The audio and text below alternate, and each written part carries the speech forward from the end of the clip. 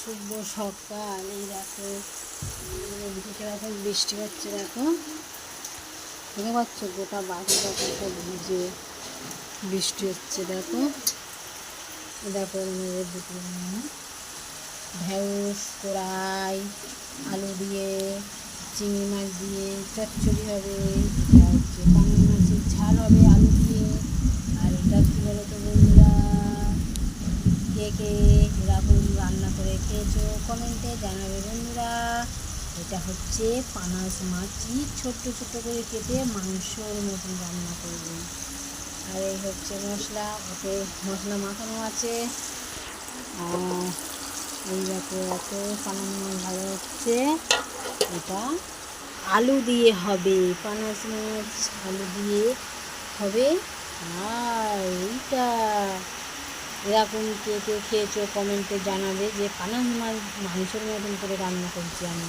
ছোটো ছোটো করে পিস করে মশলা দিয়ে মাখিয়ে রেখেছি, মাংসের মতন কষে রান্না করবো। আবার একটু পরে আসছি বন্ধুরা। এসে আমার রান্না হয়ে গেছে। এরকম সেই পাঙাশ মাছের মাংসের মতন করে রান্না করেছি। এটা হচ্ছে ভাত, এটা হচ্ছে কড়াই বটবটি ঢেঁড়স চিংড়ি মাছের চচ্চড়ি, আর এই যে মাছের তরকারি। দেখো কে কে এরম ধরনের রেসিপি খেয়েছো করেছো আমার কমেন্টে জানাবে। যে যে করনি বা খাওনি তাও জানাবে। আর যে যে খাবে সে চলে আসবে টক ঝাল মিষ্টি এই রেসিপি। টক ঝাল মিষ্টি ফ্রেন্ড হই আমি, আপনাদের কাছে এসে গেছি নিত্য নতুন রেসিপি নিয়ে। প্রত্যেক দিন একটা একটা করে নিত্য নতুন রেসিপি করি। কার কার কমেন্টে ভালো লাগে, কে কে এত সুন্দর সুন্দর রেসিপি করো আমাকে জানাবে কমেন্টে। আর কে কে করতে পারো নি কমেন্টে বলবে, আমি বলে দেবো।